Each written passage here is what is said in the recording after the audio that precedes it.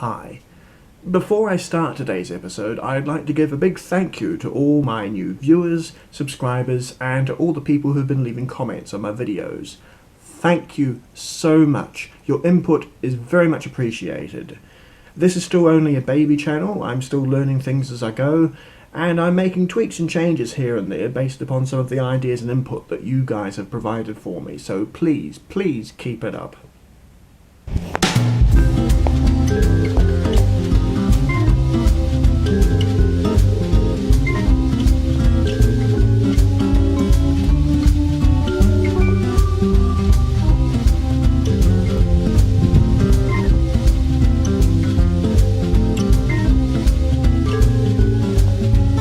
So today I thought I'd talk about the difference between reaction videos and Let's Play videos.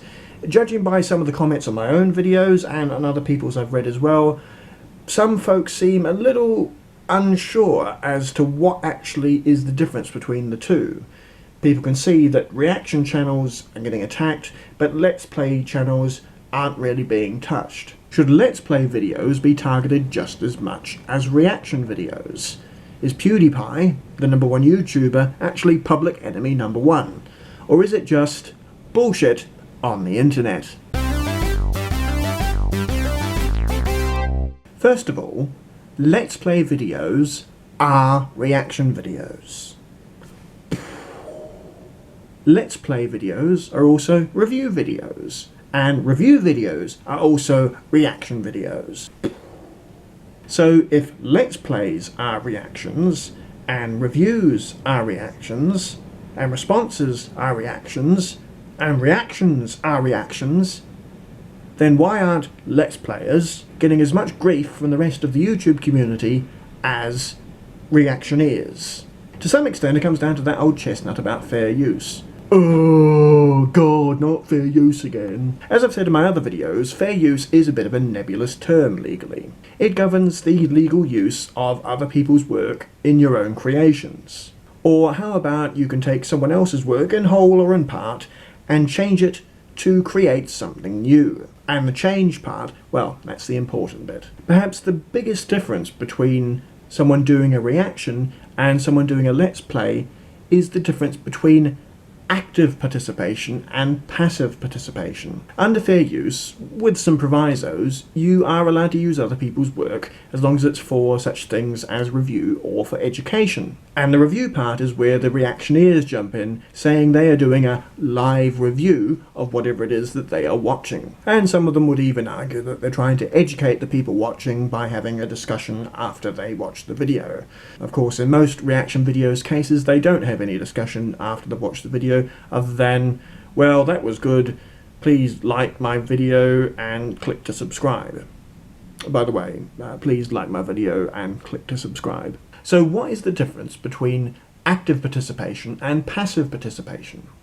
Well, when you sit down to watch a video, you are passively participating. You are observing only. You can't do anything to influence the video or change its outcome.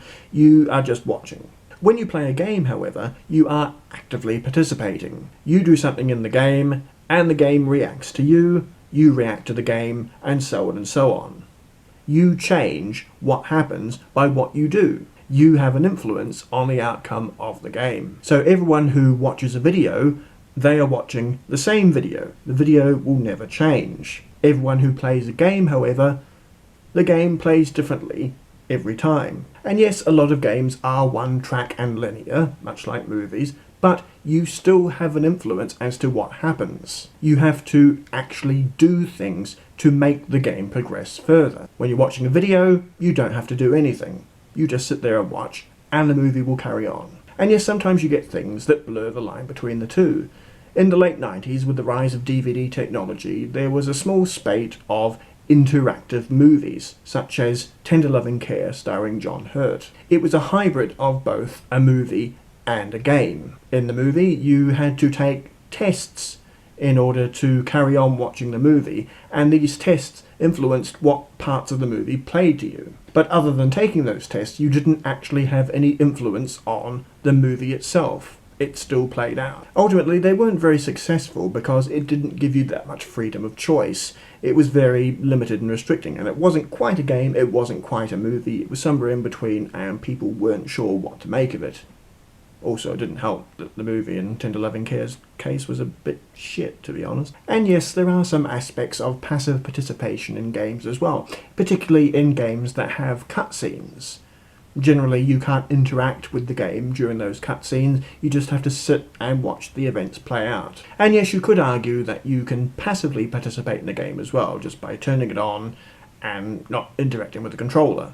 Of course, that's not going to be very satisfying. A Let's Play is a reaction. Events happen on the screen while you're playing, and you have to react to them in order to progress through the story. And in a lot of new games, particularly role-playing style games, there is a lot of choice involved. And the choices that you make may be different to what choices the Let's Player makes, to what choices that Fred down the road makes. Even though the game itself is ostensibly the same for all three people. So if you're a company making movies or TV shows, it's in your best interest not to let your whole product be shown for free where possible. You need to make some money from it.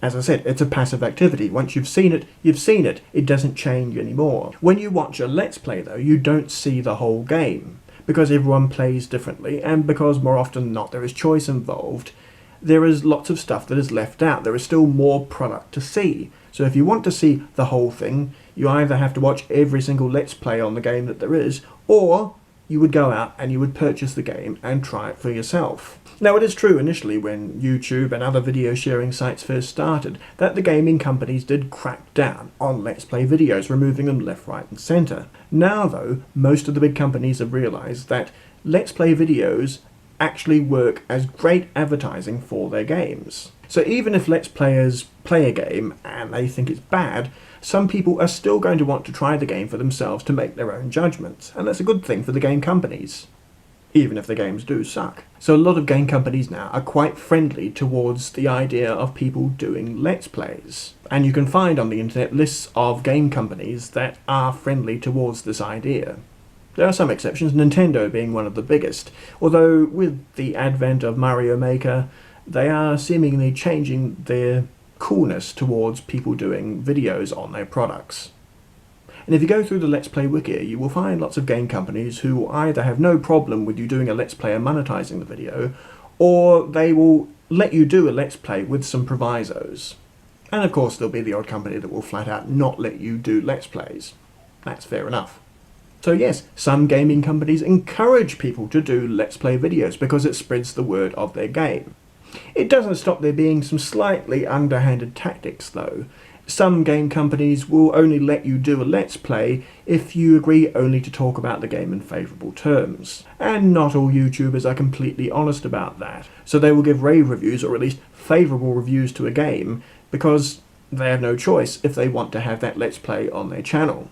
So when you are watching a Let's Play video, you are passively watching someone actively engage with the game. And if you yourself want to actively engage with the game, you have to go out and get it for yourself. Because of the broad scope of a lot of today's modern games, you aren't going to see everything in a single playthrough. You have to explore it for yourself. And under the ideas of fair use, you only use part of the product in order to make your review or response. So Let's Plays are more of a live review of a product than a reaction video is. So like a lot of reactioneers, some Let's Players don't necessarily say much, but they are still actively participating in their play of the game. In the case of some small indie games, you may see the whole of the game, but it's how you interact with it that's different. But when you watch a video, the video is the video.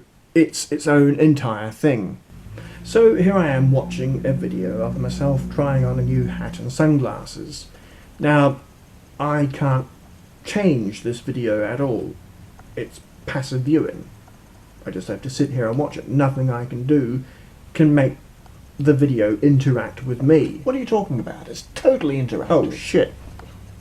So the interactivity is a very important element. You have to interact with the game and therefore change it. So just sitting and staring at the screen and occasionally saying, "Man, that shit was dope," is not really interaction. As technology improves, the line between games and movies and passive entertainment and active entertainment gets blurred more and more. A lot of AAA games feature large casts with several well-known actors and have budgets akin to big Hollywood films. In addition, we're more likely to see more open-world style games, where your influence really does have an impact on the outcome of the game. So you have a game series like Mass Effect, where there are something like 10,000 possible choices to influence how your story progresses. Of course, at the end, there are only 4 potential outcomes, but the technology is there. And if that's the case, the interactivity is all the more important, because every person that plays, the game will be totally different and the outcomes will be totally different depending on the individual. So if that happens, if you get that hybridized game-movie experience, perhaps the companies will step in at some point and say, well, actually, maybe you can't use our game footage in your videos. So with just videos, you get the whole entity. You are just watching something. You are still getting the same experience as if you watch the video normally, except someone might be around the side or in a small box in the corner reacting to the video. It's still the same experience than if you were watching it by yourself at home. While the Let's Play video, very similar, but to get the full experience, you need to interact with the game yourself. And because you are only using part of the game, that falls under fair use. Of course, that still doesn't stop big companies like Nintendo stepping in and saying, oi, you can't do a Let's Play video, because let's face it, their lawyers are bigger than our lawyers. The Let's Play videos are a bit like a trailer for a movie. They whet the appetite for the main course. But with a reaction video, you're getting the starter, the main course and the dessert all at once, cooked by somebody else, so why would you go back to the original restaurant? So I hope this clarification of active engagement versus passive engagement helps you differentiate between the ideas behind reaction videos and Let's Play videos. Hopefully it'll clear up my comments as well, and there'll be a bit less bullshit on the internet. I'm Kirk, thanks for watching, and I'll speak with you again in the next video.